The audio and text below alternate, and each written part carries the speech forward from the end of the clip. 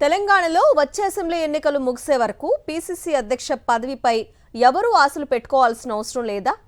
2027లోనే ప్రస్తుత PCC chief పదవీ కాలం ముగుస్తోన్న ఎన్నికలకు ఆయన సారథ్యంలోనే ముందుకు వెళ్తారా? ఆ ఎన్నికల తర్వాతనే కొత్త పీసీసీకి ఛాన్స్ ఉంటుందా? ముఖ్యమంత్రి రేవంత్ రెడ్డి నిజామాబాద్ పార్టీ సభలో చేసిన వ్యాఖ్యలను గమనిస్తే అవుననే సమాధానం వస్తుంది.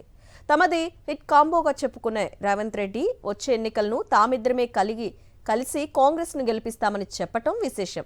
పీసీసీ పదవిపై ఆశలు పెట్టుకున్న వారికి ఇది కాస్త నిరాశ కలిగించేదే. నిజామాబాద్లో ఓ సభలో రేవంత్ రెడ్డి మాట్లాడుతూ ఆసక్తికరమైన వ్యాఖ్య చేశారు. నేను పీసీసీ చీఫ్ మహేష్ కుమార్ గౌడ్ కలిసి గత ఎన్నికల్లో పార్టీని గెలిపించాం. ఆ తర్వాత చాలా ఎన్నికల్లో మా కాంబినేషన్లోనే విజయాలు సాధించాం. వచ్చే అసెంబ్లీ ఎన్నికల్లోనూ మా కాంబినేషన్ కొనసాగుతుంది. కాంగ్రెస్ మరోసారి అధికారంలోకి వస్తుంది అని వ్యాఖ్యానించారు రేవంత్ రెడ్డి.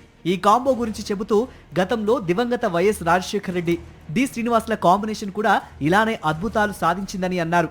అప్పట్లో పీసీసీ చీఫ్ గా ఉన్న డి శ్రీనివాస్ది కూడా నిజామాబాదే అని గుర్తు చేశారు రేవంత్.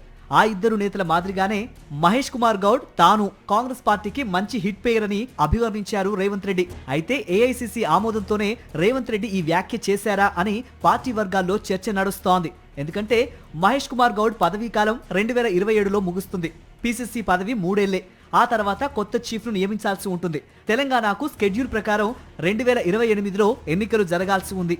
ఆ ఎన్నికలకు కూడా మహేష్ కుమారే పీసీసీ చీఫ్ గా ఉండాలంటే ఆయన పదవీ కాలాన్ని 2027లో పొడిగించాలి.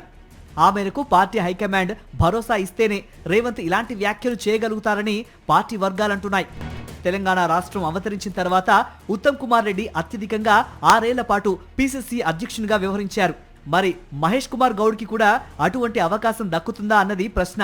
2023 ఎన్నికల సమయంలో రేవంత్ రెడ్డి పీసీసీ అధ్యక్షుడిగా ఉన్నారు. అప్పట్లో మహేష్ కుమార్ గౌడ్ వర్కింగ్ ప్రెసిడెంట్ గా ఉన్నారు.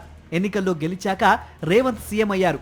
వచ్చే ఎన్నికల్లో రేవంత్ సీఎం హోదాలోనూ మహేష్ కుమార్ పీసీసీ చీఫ్ హోదాలోనూ ఎన్నికలకు సమాయత్తం కావాల్సి ఉంటుంది. పీసీసీ అధ్యక్ష పదవిపై కన్నేసిన సీనియర్ నేతలు ఇప్పుడు రేవంత్ వ్యాఖ్యపైనే చర్చించుకుంటున్నారు.